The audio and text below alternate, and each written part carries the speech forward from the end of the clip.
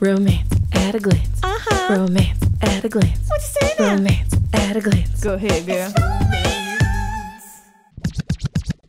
Hey, Bridget, guess what? What? It's season 3, baby! Oh! It is time for a summer quickie. You know I love me a quickie, Shawnee. Oh, yes, you I do. love me a quickie. I love a quickie in real life. I love a quickie in a book. We're about to get it on. About to get it on with you guys. We about to get our summer quickies on. If you guys listened to last season, then you know that Shawnee actually came up with the name Summer Quickies in real time while we were recording the podcast, and it perfectly fit our mindset. It's time for some lightness. It's time for some fun.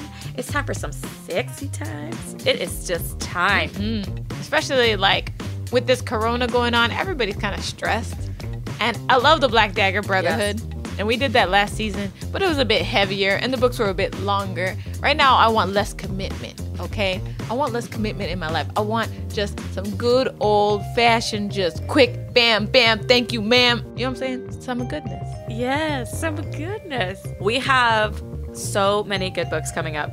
We had great recommendations from people on Instagram. We both are not as contemporary minded, perhaps, as some other folks. So this was a really fun season for us because we actually discovered a bunch of authors that are new to us, not probably new to contemporary fans. And we are just thrilled. We are having so much fun. The books, are giving me all of the rom-com feels. My cheeks are red. I'm just squirming in my seat. It's so cute. And we picked a couple real sexy menages, and we're just excited. Yes. I feel like contemporary. I didn't think about this, but contemporary really is affording us a lot of diversity in the book pairings.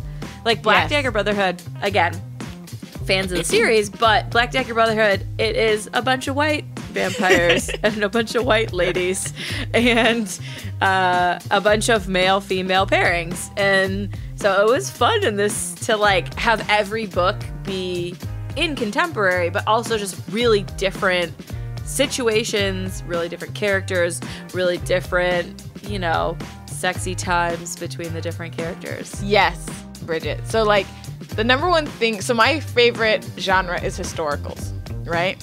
And as you know, I'm a brown chibi. And it never, time travel never works for brown people. There's very few historical romances that have brown people. It's either the guy goes from Britain to the Caribbean and he finds himself a nice Caribbean girl. Or one I read about a dad who went to the Caribbean, found himself a nice Caribbean girl, had a baby, brought her back to England, and she was biracial, and that was how they put her in the historical times and whatever. But she was ostracized, and I was like, I don't want that in my historical reading. Sure. You could put brown people in historical to me, and we just ignore all race settings. Just put them in there. Let's ignore everything. Like Denzel and Keanu. It's that beautiful mocha skin. Exactly. Yeah. Denzel and Keanu in what was it? Much Ado About Nothing. I don't care. Just give me my romance. I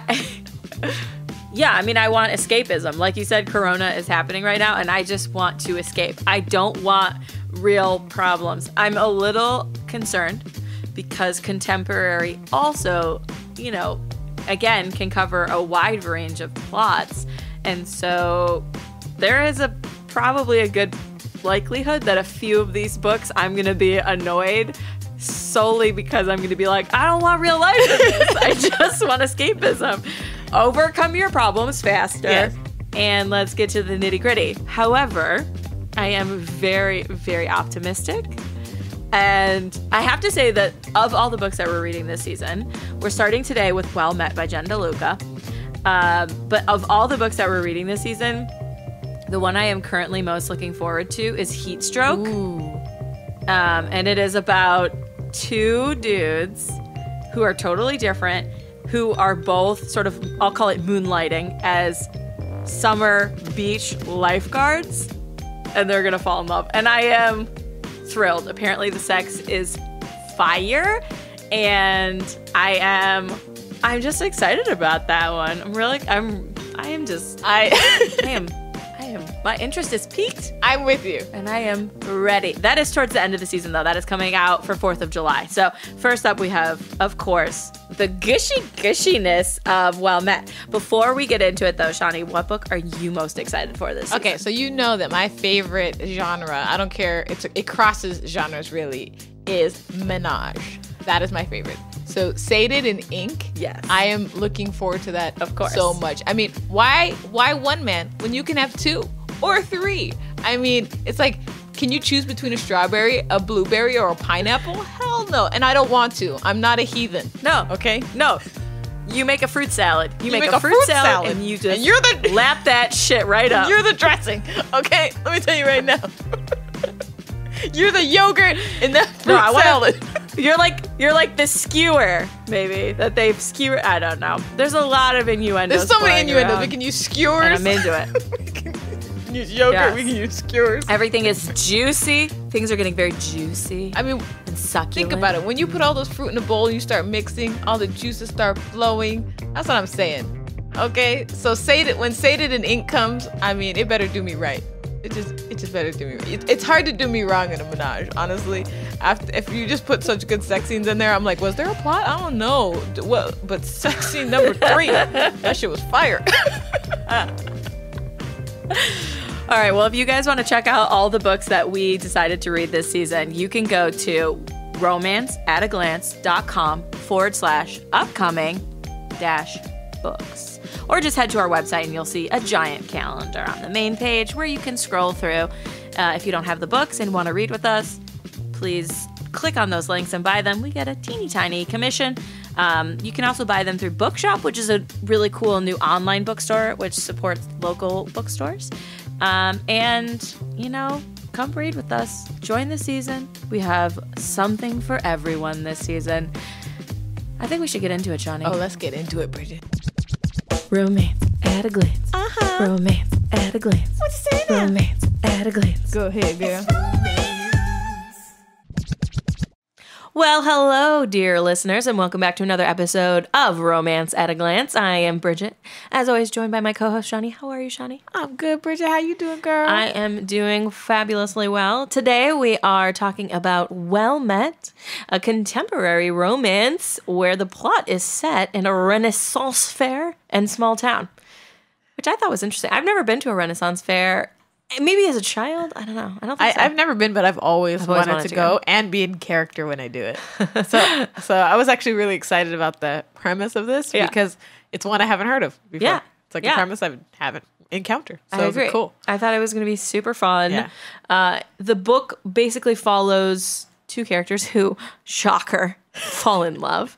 Emily is the protagonist, and she moves to this really small town to help out her sister, who is in a big car accident and has a teenage niece and is a single mom. So she moves there to help her, and it actually ends up being perfect timing because her extreme ex of a douchebag boyfriend, who kind of convinced her to drop out of college while they were in college together to support him while he went to law school, which she did. And then as soon as he graduated from law school, broke up with her, which is the douchiest. That is just the douchiest. Yeah. So this had just happened, and then her sister got in an accident. So it turned out to be kind of a kismet solution. She needed somewhere to go, and her sister needed help. Yeah. And that is where we start our story. Da, da, da. Which, just a quick sidebar, I have a friend who broke up with her dude, and they had this very same similar agreement, and he's been giving her money. Even though they've broken up, he's been systematically giving her money. He's like, you held me down while we were doing this thing. That was our agreement. And so I'm going to keep giving you this money. So like reciprocity. Yeah. And he was like, and she was like, for him. She was like, I don't want to take his money. I was like, bitch, if you don't take this money right now, he is paying back. It's like he's paying alimony, kind of. You know what I mean? I was like, take this money, girl. Also, like, that is a real solid thing because that is not the story. I feel like her story is the story you usually hear. Yeah. And then one of them realized, you know what? I did get all this financial support, so they deserve some sort of financial support for me for a few years to like even us out. Yeah. Especially in this case because he had her drop out of college. So now she doesn't also have her college degree, so the jobs she can get are much more limited. Yes. Which, let me tell you right now, don't ever drop out. of college and your goals to support somebody else. No, like you goals. can keep going to college and work nights and weekends and still make money. And he can make money while he's in law school. Exactly. Okay? I mean, you can have a part-time, even if you go to school part-time, you're like, okay, this might make more sense to go part-time and take a part-time job or whatever it is. Yeah. But don't give up your shit for a dude. So her teenage niece really wants to be in this Renaissance fair. And because she's under 16, I believe, she has to have an adult do it with her, which I personally think is the best thing that any school can do. It's like, you have to have your parent do it with you. And then you're like, please, please, please, please, please. And then now you've roped in all these adults to help for free too. Yep. So way to go. So she decides that she's going to do it to help out her niece. Because her niece is so excited about it. So she goes thinking like, okay, I'll just go. This is going to be dull. This is going to be so lame. And I appreciated that because if someone had tried to rope me into a Renaissance fair, I feel like I would be like, this is going to be dorky as fuck. Yeah. Also, I feel like I'd be so hyped internally. And you are so dorky. Totally buys in by the end, yeah. Which was one of my favorite things about this book is that at the beginning, she's like kind of just doing it to help her niece. And by the end, she's like super invested. And she's like, oh, we could do this. Oh, we could do this. Oh, I want to make it better. Oh, I want to do it. Like, what about next year? Yeah. What about more Shakespeare's? Yes. What about Shakespeare? And I really liked that. I thought it was very endearing. Yeah. I mean, I like that premise of it. I like how the setup of it. I liked, I thought like the setup of this book was ripe for so interesting a story. I was excited for it. Yes. So then we meet on the first day of Renaissance Fair Camp. We meet Simon, who is the English teacher in charge of the whole Renaissance Fair. And he is definitely described as like very uptight, very like bookish, very tight ass. He's like not very nice to her. This whole plot was marketed, I looked afterwards, as a hate to love trope. Yeah.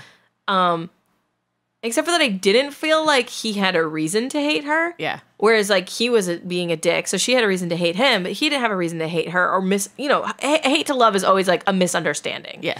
And I don't feel like he had a misunderstanding with her because literally from the first thing she says, he's just, like, such a butthead to her. Yeah. And then she's like, oh, my name in the fair is going to be Emma. And he's like, you're not even trying. And I was like, bro, who cares? On the list. Like, back the fuck up.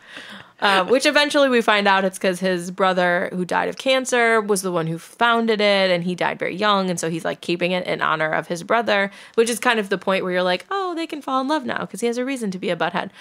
But I thought that was a really weak reason for him to be mean to her, was like the Emma thing. Yeah. So I put douchey for him because I felt like the way he came off in the beginning was just douchey. He had no reason, and again, the name thing, I was like, everybody's changing their names. Picking something close to your name makes sense so that you will answer to it, which is what she said. And I was like, you're taking this really seriously, bro. Like, and you did find out, like, okay, his brother had cancer. He was trying to keep it the same for him, not. But again, it wasn't enough for me to, like, really feel that douche level. Yeah, and he gave her 1 second to choose her name. So she just, like, scanned the list and chose. Yeah. Like, had you given her an hour and then she came back and was like, oh, I didn't even look and I guess I'll choose Emma, then I'm like, okay, fine. Like, that seems pretty shitty. But you gave her 0 minutes. Also, like, Emily would have actually been an acceptable name, I think, for that time. It's like, I went to look it up later because I was like, I feel like Emily is one of those old names. I guess I can see where you want everyone to change their name. Yeah, I guess to like get it, feel like they're in character. That's true. Like that I get. I did like that, it was so strict that everybody needed to be in character. He's like, I kicked people out because they had cell phones. I was like, yo, bro. But I like that sort of thing where everybody has agreed to go full force into a world together. Yeah, I agree. So and I thought it was like, I really liked how she met Mitch, who's like described as like, I imagine him as the Outlander guy. Yeah. I mean, it's how I imagine. Like, he's a brick shit house, super charming, super funny. Kilt. Like, wears a kilt. And I really liked their friendship because I feel like a lot of time, like, I was honestly thinking throughout the first third of this book that it was going to be a love triangle. Yeah. 100%. And I'm so glad she didn't. I'm so glad that his arc ended up being like, oh, but we just wanted you to feel like you're part of the group. That's why we kept inviting you to go out with us and have pizza afterwards. And because we wanted you to be our friends and we wanted you to, it's a small town. We wanted you to have someone to hang out with. And I was like, yes, people are nice. People are nice. People don't always want to have sex with you. People don't always want to have a love triangle. And like the fact that Simon's the one who misunderstood that and is like, oh, I thought you liked Mitch, and so I'd never have a chance. Yeah. So I was gonna be a douche. So I was gonna be like a little scared piece of shit. Like, but yeah, I thought that was like so refreshing that they were April and him and Mitch were just wanting to be her friend, which if you move to a small town, I imagine has to be one of the hardest things. Even moving to a big city for me has been really hard to meet people. But even moving to a small town where everyone's been friends since like kindergarten, and you're trying to kind of like cut into that circle. Like I don't have any of the shared history, but be my friend. I think that was a kind of a nice thing. That was like the coolest thing about the fair. I'm like, maybe I should join a Renaissance fair troupe so that I can make a whole bunch of really good friends. I feel like that's another podcast. Like Shawnee and Bridget do stuff. Like yes, I'm into it. That would actually be hilarious. That would be hilarious. I mean, I would do it. I feel like you're also that person I could like come up to with like an absurdity and vice versa. Yeah. And like, Bridget, do you want to do this absurd thing that probably nobody else wants to do? It's like, yes. Yeah. You just be like, do you want to? And I'd be like, yeah, sure. Yes. Yeah. I prepared an argument, Bridget. We'll let you speak your argument next time. But my thing about this book is that, like, overall for me, it felt very immature. The love story felt really immature to me. And I don't know if it's because And they're supposed to be pretty young. Like, she's only supposed to be, like, 23. And I think he's supposed to be, like, 25 or 26. So they are they're not supposed to be, like, in their 30s, established, like, career, you know what I mean? Yeah. So I was okay with the lightness. I completely agree with you. I put that it felt, like, heartwarming and I forget what I put. I had some good adjective, you guys. Read the blog. It's there. But I agree with you. I felt like it was light. Yeah. That very light. I was trying to come at it from a different approach. Like, not with my, like, kind of overbearing criticalness that I can sometimes come with. And I was like, okay, this is a very light, cute read. I like the setup. I just really enjoyed that it was a story I haven't read before in terms of the setting and that sort of thing. Again, you know, contemporary is not my favorite genre, you know.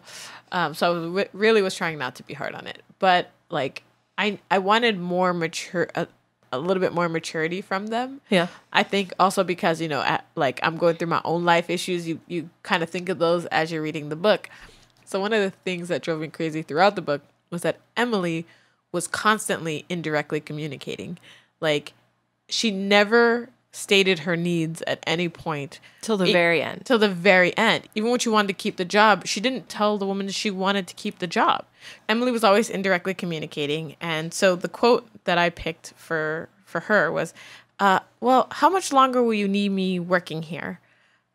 Right? She wants to keep the job. Right. But she asked, how much longer will you need me working here? Yep. And then in her mind, she was like, why is she being so obtuse? Would she just fire me already? And then she says, I'm just trying to plan ahead, that sort of thing. You've already planned for my replacement. Like, this was all in her mind, assumed in her own mind, right? And instead of just saying, hey, I see that you're going to hire somebody, I would really like this job, she just made up all this stuff in her head. And that was kind of how the whole book was. Yep. Every conflict was in her own mind. Yep. And every time she ended up stating it towards the end, it was always like, oh, well, no, this is what's really happening. Cool. Yeah. And so that was my thing about her. It was and for me it was less of an indirect communication, although now that you say it, I'm like, oh yeah, it is that. Mine was more like a confidence thing. I was like they established that he had sort of destroyed her confidence in the beginning and that she kind of felt like she wasn't worthy, especially since she didn't finish college. So she had a lot of this baggage about her own personal worth. And over the summer, obviously that was being repaired as she was like given more responsibility at the bookstore, and they opened this coffee shop and it was doing well. And she was like took over the bar and like organizing all of that at the Renaissance Fair. And I did not like the fact that it she kept like doubting her own worth constantly. I did really like that when it came to him, she like the second he sort of put the fair before her, when she was like, I'm going to manage the bookstore and I'm going to stay and this is great. He wasn't like, I'm super stoked for that. Like, we get to bang every night. He was like, but what about the fair? How am I going to do the fair? And she was like, oh no, we have to break up. Yeah. And I liked that she like shut that shit down. Like, there was no like, let's have a conversation. It was just like, oh, I'm not doing that again. This is over. Yeah. Which that was her redeeming thing for me as like, as a character, is that she realized, I think because of the bookstore thing and how much she misread that, I feel like that gave her the confidence to realize like, oh wait, I gotta stick up for myself because I am valued. Like, look at all these people, like, were so happy to have me do all this stuff and work with them and grow their business and grow the Renaissance Fair. Like, I am worth it. And I think for me, that was kind of her arc, but I totally agree. I was like, get it together. Well, even like in that moment, I was happy that she put her foot down because I'm like, okay, that's showing that she has confidence. But even in that moment, I really felt like there was no communication, because she was like, okay, I'm gonna be staying, and what does that mean for us, like whatever. In that moment, when she tells him, and he's more focused on where the other woman is going, like if you're taking over the shop, where's she going? And in that moment, she, in her own mind, she was like, why is he so concerned about her? Why doesn't he want her? Why? Instead of just saying, like, why is that so concerning that she's leaving? Like, that's a valid question, Sure. And so she just thought that. And then she was like, oh, you're putting the fair before me and I'm shutting this down. Right. And I just felt like there was a couple questions that could have been asked before the shutdown happened. Yeah. You know what I mean? And so I wanted to see more growth in the communication aspect. I gotcha. Of it. But again, I don't know. I didn't have the highest bar for her, because I was like, oh, this is just going to be a book of not communicating, like miscommunications and not communicating. Yeah. And sometimes that is also one of the tropes of this book, is miscommunication. Miscommunication over and over and over. And it doesn't really feel like the lessons learned, because I thought at the end when that happened that they were going to have a slight bit more communication, because he had been stepping up this whole time. He had been reassuring her. I liked very much so that when they had sex, he was like, hey, look, for me, this is not a one-night stand. Yeah, totally. I don't do one-night stands. If I'm here with you in this moment, it's because I want more. So he didn't make her have to gas or feel wavery, even though in the very next scene, she's like, I don't know what this was. Yeah. He told you last night that this was not a one-night stand. I agree. And immediately she went to, I don't know. Somebody was like, are you guys an item? She's like, I don't know what it is. I don't know what's going to be. I was like, bitch, if you don't if you don't get it he together. Said he wants you. He said he wants you, and that this was not a one-night stand. Yeah. Like, so that bothered me very much, so that the next minute she's talking to her girlfriend and telling them that it almost, to me, puts him in a bad light, because that's a friend of hers as well. They all know each other at the end of the day. And you're making this guy look douchey when legitimately he said he really stepped up there. And I liked that. I really liked that, because he went from douchey to being cool for me in that moment. Let's talk about how he went from douchey to cool. Let's talk about Captain Black. Ooh, Thorn. Oh my God. I was going to say Horn. Black Thorn. Horn would have been better. Yeah. So I love pirates. I love the pirate. I love the swashbuckling. I love the swagger. I thought the way she described it, I actually thought there's a book within this book, and the book of them bantering at the fair. Yeah. Like, that for me was like the fun and the sexy times, and obviously like him evolving as a character and like loosening that tie a little, and like when they're doing the fight training and everybody's sweating and they're all watching and cheering and shouting huzzah. And I was like, oh yeah, I could get down. Oh, I was in it. I was in it. And then when they were like, oh, the hand fasting, I saw that coming. When he like looked in her eyes and kissed her, and I was like, these still my little quivering heart. That's so cute. I was in it. I thought it was super cute. And like one of the other quotes I picked was in this moment, because it's like a classic overthinking moment, right? Which I catch myself doing all the time, which is assessing things that will never happen in real life or make any sort of like, you know what I mean? So like, they do the hand fasting, and then she says, she goes off on this tangent, which is like, how will this even hold up. Next year, is she going to be the queen? Is everybody buying tickets? And then she's like, this doesn't even matter. And I thought that was one of the realest moments because my brain does that all the time. Yeah. You know, it's like, well, how those curtains, I just actually thought of this because I'm looking at your curtains. In The Sound of Music, when she makes the kids' clothes out of curtains, you're like, that's not enough fabric to make that amount of outfits and that thing. And then and then my brain's like, where'd you get the thread? Where'd you get the needle? She got a sewing machine hidden away. She got buttons. Where are the buttons? Did she hand sew all of these in a day? Like, and my brain's like, that really doesn't matter. What I mean? Yeah, I thought that part was cute too. And she's like, how does this stand up for a day? What are we coming back here next year? And I was like, bitch, like, you're crazy. You're doing too much. This is a fucking pretend fair. This is for pretend. This is not legal. We're not in Ireland or Scotland or wherever. I did like that they had really good quotes during that scene. Like one of the ones I chose for her was, I didn't choose the wench life chose me. Like I feel like they That's just a had shirt. We should put that on a shirt. Yeah, they just had like such fun banter. Like he's like, brace yourself, I'm gonna woo your ass off. And you're like, and then like she's like, is this wooing? And he's like, no, this is not wooing. This is the lead up to the wooing. And I was like, oh shit, he's laying down the woo. I'm into it. And like how he like integrated her into the performance and like came over to kiss her and was like, you know, give me a kiss for luck. And I thought that was all very charming and fun, and interspersed with obviously like her finding out about his brother and them having like a little bit of an emotional moment, him finding out about her sister and talking to her about that. I did really like the relationship with her sister because I thought it was kind of interesting. I feel like sisters in books that I typically read are either really, really close or hate each other. Yeah. And I really liked that they just didn't know each other really well because they were so far apart in age. Yeah. And this was kind of the opportunity for them to kind of actually form a relationship and get to know each other, which I actually thought was very well done. I didn't feel like all of a sudden they were perfect friends. Yeah. I thought like there were enough scenes where it sort of like evolved over the summer. I enjoyed that. I enjoyed that friendship. I did. I'm with you on that. And her sister was excited that she was going to stay and was like, I don't want you to leave. I want you to stay. Which is also like another assumption she made. She's like, I got to get out of here because I'm wearing out my welcome. I'm like, she is so injured. Yeah. And you've been taking care of her and her daughter. Yeah. Like, but she didn't know her sister. I mean, like, she didn't know. And that's clearly her personality that she feels like everyone doesn't want her there because that was her. It's that kind of like always feeling like you're a bother. Right. You know, thing. Personality. Yeah, personality. Yeah. And I... Hashtag hate that personality. Like, but it's a struggle for me. It's a struggle. Like for me though, like, I struggle with that. Like I always feel like I'm a bother, and so I understand that concept. I have to always kind of remind myself, like, no, I don't. First of all, you're not a bother, and I love you. You can come over anytime you want to. Secondly, I've never felt like that.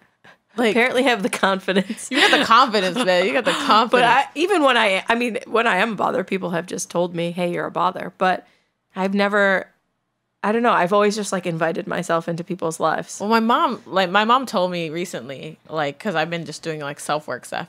And I asked her about this and she told me because I was very intuitive as a kid, right?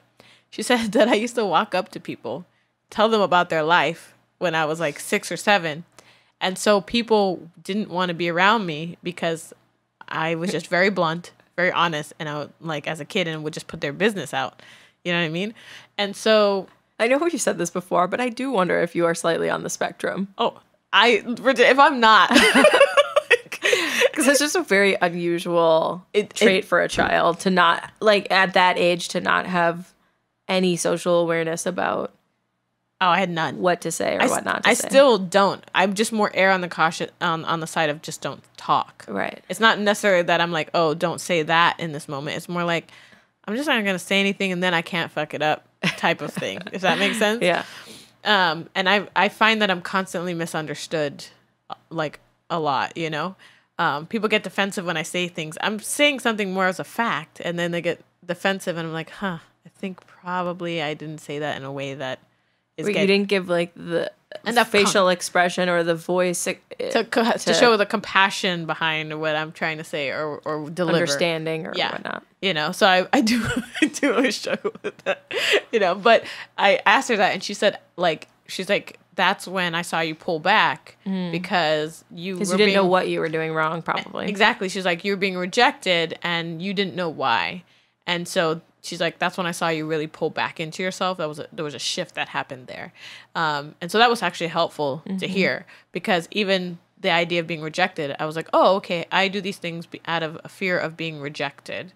And then having identified that, being able to watch my behavior and then watch if I'm doing something out of rejection. And I realized that I do a lot of behaviors to circumvent the rejection I feel might happen from that behavior, if that makes sense. And so I end up fucking things up, doing the mostest to combat that. Right. So I've had to really stop that. Yeah, it's so hard to change patterning. It really is. But when you can identify the patterning, then it becomes so much easier. Yeah. Like, you just be like, girl, you're doing too much in this moment. Mine is, I feel like I can just do everything myself, which is true, which is also the problem, is that I can, but it doesn't mean that I should or that doing it is good for me or good for my mental health or physical health or any kind of health. And that is so hard for me to not say, like, yeah, I can do that. When someone asks me for help, or when I need help, asking for it, or asking, like the other day when I was talking to my sister about helping us a little bit on the back end with this podcast, I was like, oh, I can just design this stuff for this, whatever we need for Facebook. And I was like, no, first of all, you could, I guess, but why would you? Shawnee's so much better at it. It's going to take her 1 minute to do something. It's going to take you an hour to do. And like, that's the divide of this partnership that we've come up with. What are you doing? Yeah, so I totally get it. I get it. It's really tough. But it's nice to know what your patterning is, so that then you can reel back in the spiral and be like, take a deep breath. That's you down an old path. Oh. Let's try a new one. This is new bridge. Let's try a healthy one. Let's try a healthy mental path. That's why it's like, when you were talking about that earlier, it's like, yes, I can. Is this the best use of my time? You know what I mean? Yep. Like, even Brendan, like, one of the things for music is, like, we don't ever put out lyric videos, but everybody's like, you should put out lyric videos. So Brendan's like, you know what? I'm going to learn how to make a lyric video. And I was like, you could do that, or we could pay somebody $50 on Fiverr. Yeah. And you can be the engineer, the fucking Grammy Award winning engineer that you are. Right. And we can work on more music. Yes. Do you know what I mean? Like, I was like, we make enough money that we can spend $50 on someone to make a video for us. Like, so hard to think about. Yeah, you can. Especially when you didn't used to have money to pay someone. Yes. And you had to do everything yourself and figure it out. And like, now I'm in a place where like, I can not spend, like, I would love to hire like 10 people to do all this stuff for me, so I could just churn out ideas with you, and then everyone can implement them. But we're not quite there. But I easily have money to pay someone to do, like, let's say 10 hours of stuff a week. Yeah. Or 5 to 10 hours, you know. Or Fiverr to do whatever, make our little chippies or do all these other things. It's so hard mentally to be like, not like hoarding that money. Like, what if I don't have that money? I'll be poor. No, I won't. I'll be poor. That doesn't make any sense. I'll be hungry. I'll be hungry. I'm so hungry. Please, ma'am, I have some more. I could be hungry for a few months. You know what I mean? Like, I'll still be alive. So, yeah, I get it. Yeah. That's a tough one. That's a tough mental shift. It is. So I feel like that is her mental shift. Yeah. Like, and that's why it bothered me. I definitely took a star off for it, but I also understood it.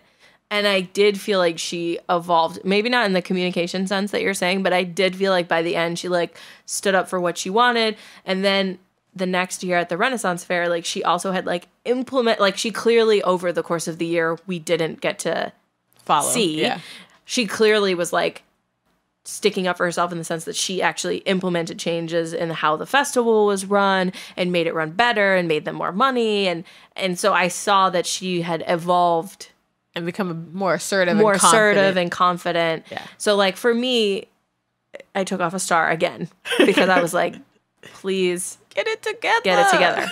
But also, I do understand it is a process. It's like in books, we like it to be really fast. Yeah. But it was, I mean, this whole book took place over the course of 2 months. Uh-huh. So I feel like she evolved quite a bit in 2 months. As crazy as it sounds and as annoying as I found her at some points, I've met this person in real life. Oh, yes. Do you know what I mean? Like 100%. So it's not like unrealistic. It is not unrealistic. One, in fact, lives in my home. And it is not unrealistic. And it is... You're just like, what are you smoking? What are you doing? What crack pipe did you come up with on your way to this conversation? Because we are not in the same planet. And also, you know what I find really hard it's easier because obviously we're reading, so we get to read her internal thoughts, so we know what she's thinking. Yeah. So again, for me, that was a little easier because I'm like, oh, I know what she's thinking and how it got spun. And, you know, she's clearly spiraling, and I get it. But it's so much harder when you're dealing with someone in real life because you don't know what they're internally thinking. So when they say something, you're like, what?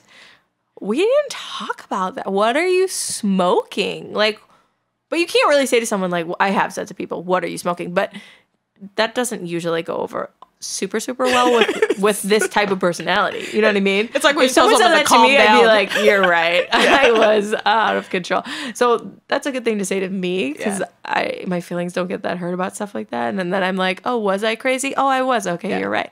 But yeah, sometimes I'm like, where's the leap in logic? Where's the leap? What are you doing in your brain?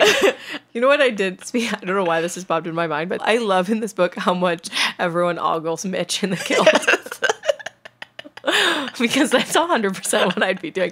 And they like ogle him behind his back. They ogle him to his face. Yep. Like the people who come to the fair ogle him. The people who are his friends from kindergarten ogle him. And like, people are like, hey, just wait for Mitch. Just wait for Mitch. Just wait for Mitch to come. Like, I love that he embraces it and he like flexes and he really like plays into it. Did you have a very, very, very clear image of Mitch? Yes.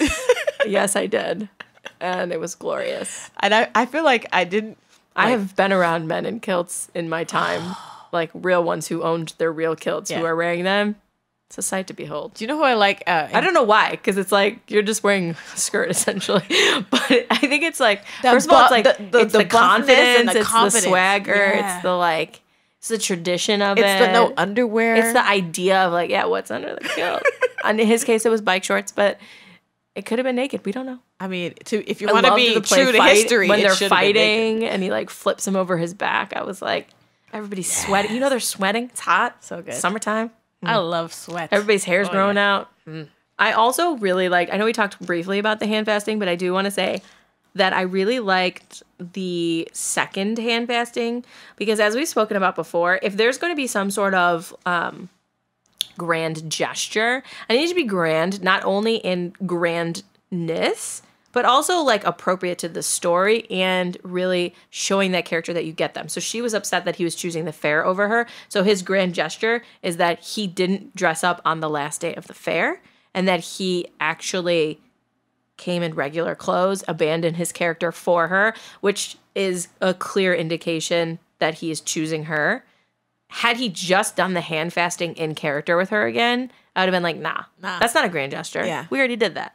But because he came in his real clothes as himself to do it with her, as a real her, not just her character, I was like, oh, this is the grand gesture. And all the feels of the hand fastness are happening. And he's like, let's date for a year and a day and then see what happens. And then the next year he's like, let's get married forever. And I liked it. I mean, agreed. Agreed to all that you said. And my only thing was when they were getting married a year later, in my mind, I was like, I hope that communication has gotten better. You also, you know what's funny is that you also were listening to this on audiobook. Yes. And I also wonder if that's part of the reason why it was annoying you so much. Like if you had been reading it, I wonder if it would have hit you the same way hearing viscerally. It did. Yeah. Yeah. I'm actually kind of interesting. I'm actually interested. As you know, I can't read books anymore. Right. Dear listeners, I tried to read a book and realized that I've been listening to audiobooks for so long that my brain could not process the line following in reading a book. Yeah. Shawnee goes, we can't do any more books that don't have audiobooks. It's like, what happens if we want to read one that has no audiobook? She's like, I don't know. Maybe you'll just do a special episode by yourself or something. It's not even like a thing where it's like, oh, I just slightly can't do it. My eyes won't track and I can't keep the lines in order. So like I've always read with one eye anyway. Like close one eye. Yeah, I didn't know this until I was an adult. I finally got really mad at like my optometrist and was like, look, there's something wrong. I read and close one eye whenever I need to focus. And I was like, I tell this to every optometrist and nobody can figure out, like nobody tries to figure it out. Right. So she actually brought out this old looking instrument. It looked like it was from like the 1700s. Uh-huh. Okay. And she looked at my eye. She's like, oh, you have a lazy eye. And I was like, what? Which one is it? The left one. It's the right one. This is the good one. The right one is the lazy one. And I was like, can't what? Even, dear listeners, you can't even tell. I mean, she's looking at me with two eyes. Yeah. She doesn't look like she has a lazy eye. And she said that she was like, because it is not so obvious that you have a lazy eye, nobody's picked it up. So it's just slightly lazy. And so that's why like I have vision blur, especially when I wear contacts. Everything becomes slightly doubled or whatever. And nobody fascinating. What do you do for that? You wear like a patch on one eye to help. You become a pirate. I become a pirate. You know, I love pirates. But when he was a pirate, when he came out as a pirate, I was like, oh my God. I know. Yes. When she was talking about the end of the summer and she's like, will I lose the pirate? And I was like, oh, that would be so sad. So sad. So sad. Scruff is gone. Shaggy hair is gone. Saturday. The swagger. Exactly. I like that at the end they talked about how he was like a blend of the two. Like now he had sort of loosened up and let the fun into his life again. And it was kept the earring, kept the shaggy hair a little bit. In my historical romance, which is the genre that I love, pirates are like number one. We got to read one. We haven't read a pirate one I know. Yet. Can we just like skip the list and throw? We have a lot of books on the list. I know.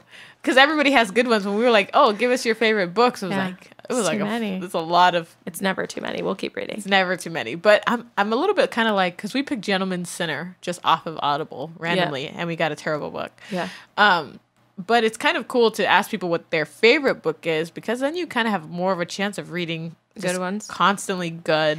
I have to say, while I did not like that book, I did enjoy reviewing it. I did. The reading of it was a fucking struggle bus, but the talking about it was really fun. Such a struggle.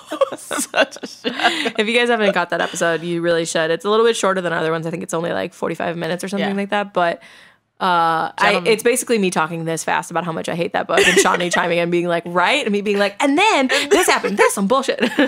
Is basically what happened. It was not a great book. Let's talk about this book, though. Okay. What did you feel like? I know you've spoken about the heroine quite at length. Yes. So I'm guessing that you gave her 3 stars.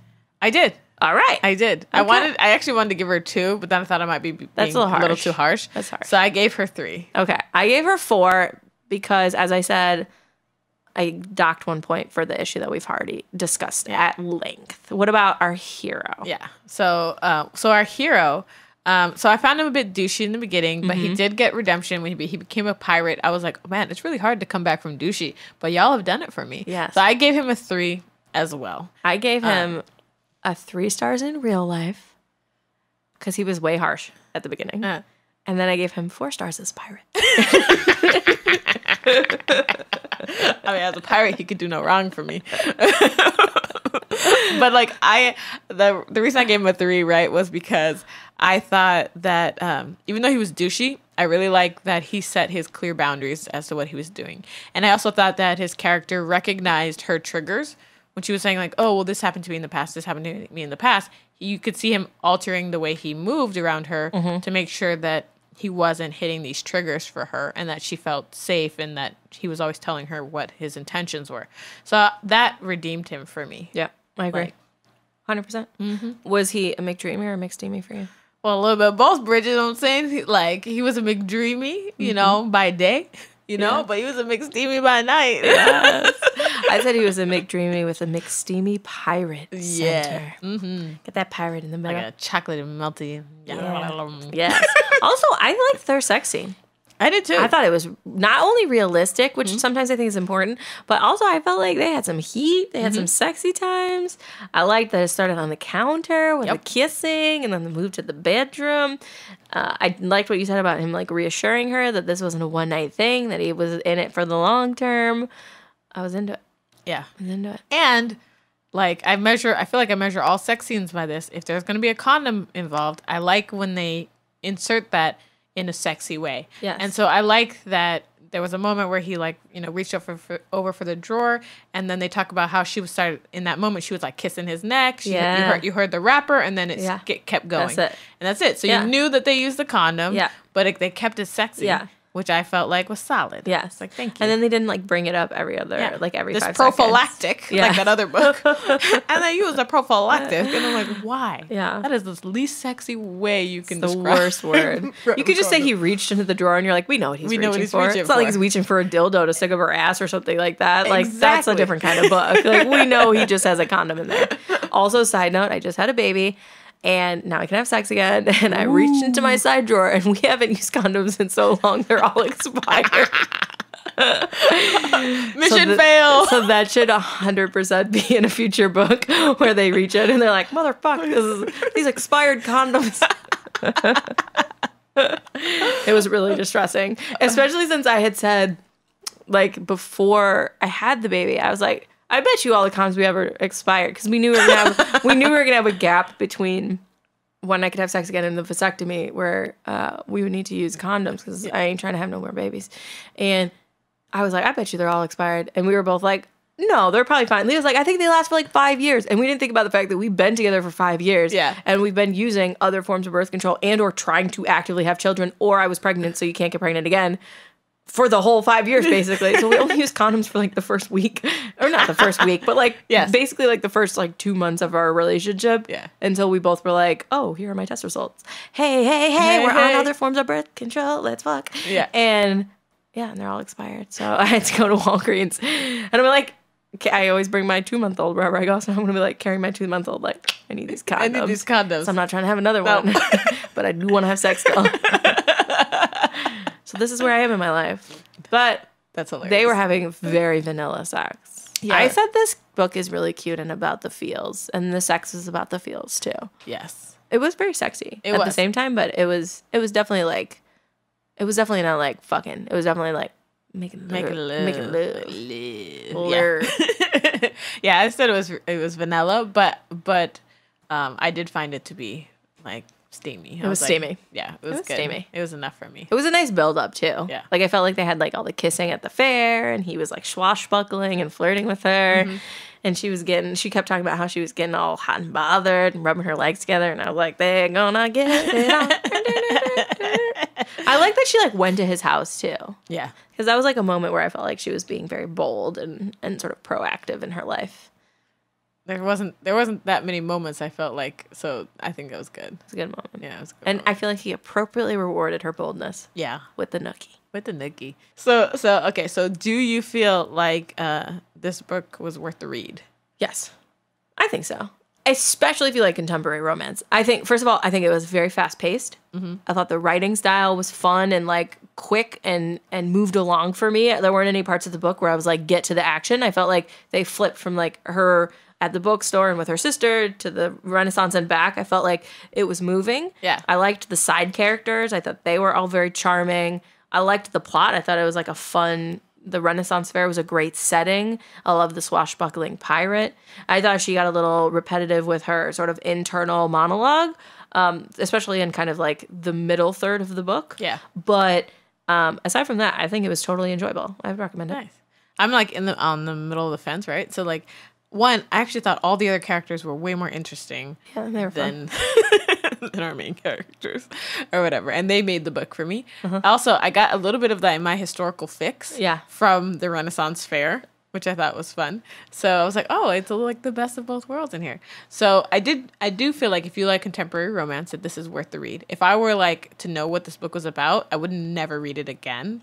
Like if I knew what it was about before I read it, I wouldn't pick it up or whatever. However, having read it and like knowing that people like this kind of thing, I would say like, I will recommend it. I think at the end of the day, I'll recommend it. Well, if you like this book or you like contemporary romances, a couple that we recommend would be Wallbanger by Alice Clayton, The Bromance Book Club by Alyssa K. Adams, and How to Hack a Heartbreak by our friend Kristen Rockaway, a local SoCal author who is very funny. Check those out if you like contemporary romance. If you liked this book, I think you'd like those books. We'll have links to them on our website. We get a very small commish from the old Amazon or other booksellers that we use if you buy it through us. So if you're planning to buy it anyways, you may as well give us a few coins. I mean, help us sister out towards the podcast. Okay. Follow us on Instagram. Come along for the journey. If you have comments about these books, that is the place to drop them. Let us know what you think. Please, we love a good discussion. We do. We read everything. And we love to talk about this stuff, as you can maybe tell. Also, if someone's whispered anything weird in your ear, let us know what they've said. Well, we're always interested in what people are sexually saying to you in your dirty talk. Oh, that's true. That's a good one. That's a good one, Bridge. Until then, may your books be your lover. And your hand your best friend. See you next time. Woohoo! Thanks for hanging in with us, romance readers. Head over to Instagram to continue chatting with us. We're super friendly. We want to cackle with you. We want to know what your favorite sex scene was. And we need more book recommendations. If you want to read along with us, go to our website, romanceataglance.com, to see what we're reading next. And we'll see you next podcast. Thanks for listening. Subscribe to our channel to get new episodes, clips, and more. And click here to watch our previous reviews and author interviews.